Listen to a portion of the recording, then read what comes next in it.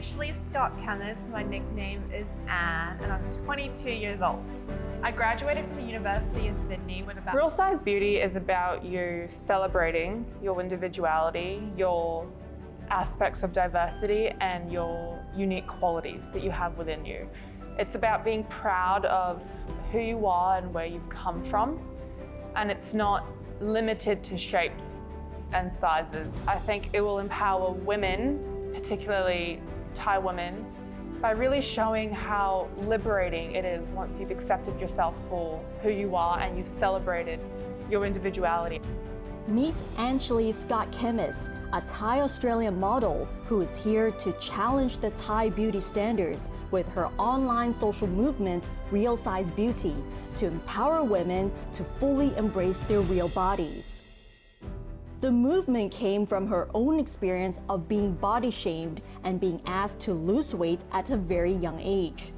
Another part was when she was a sports team captain, where she talked to young students who felt insecure about their bodies. You feel a sense of moral responsibility and a social responsibility to stand up for them and do what's right, and to be a representation for the younger kids who look into television shows, magazines, modeling shoots, whatever it may be, and not see themselves there. So you want to pave the way and continue paving the way for these our younger generations who will be our future. The term plus size, commonly used to categorize clothing and women, has always been problematic. Anchilee is among many top models who are not in favor of the term, as she feels that it often leads to discrimination. Being labeled as a plus-size model by others, including some Thai media outlets, also upset her in the beginning. So the word that we tend to associate ourselves with more is curve model. No one really wants to be called plus size. We all have our own curves and parts of our bodies that don't fit the norm. I think we should just be called models. If that's our occupation, you don't need to add the curve or the plus or the sample size. I think it causes too much segregation and divide when it doesn't have to. It used to bother me because it made me feel like, am I not qualified to be a model? But I've reached the stage now where I don't mind being called those things, because that's exactly why I'm here, to change the perception, to change the mindset.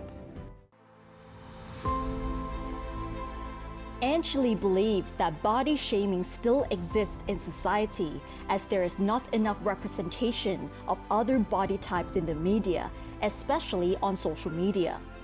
Therefore, she thinks it is a social responsibility to let people see other aspects beyond the beauty standards and to treat people with respect, regardless of the differences.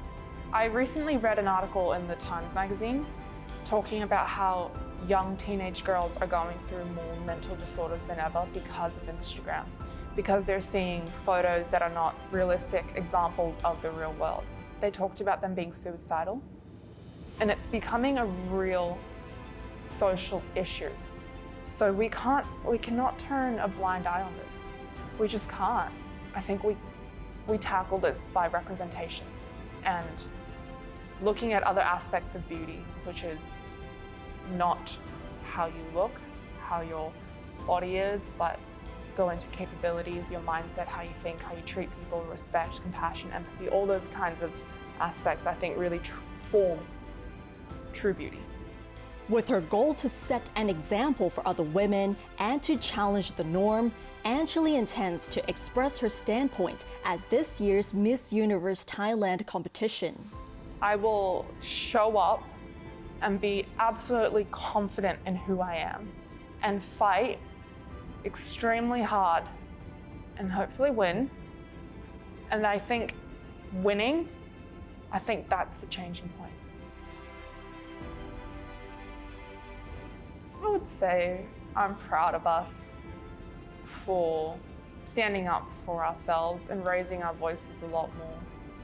I'm proud to see and be a part of a community that's really provoked change and uncomfortable change. I would say keep doing it and keep fighting because there is nothing more empowering than seeing a woman in charge, a woman leader, really giving the men a run for their money.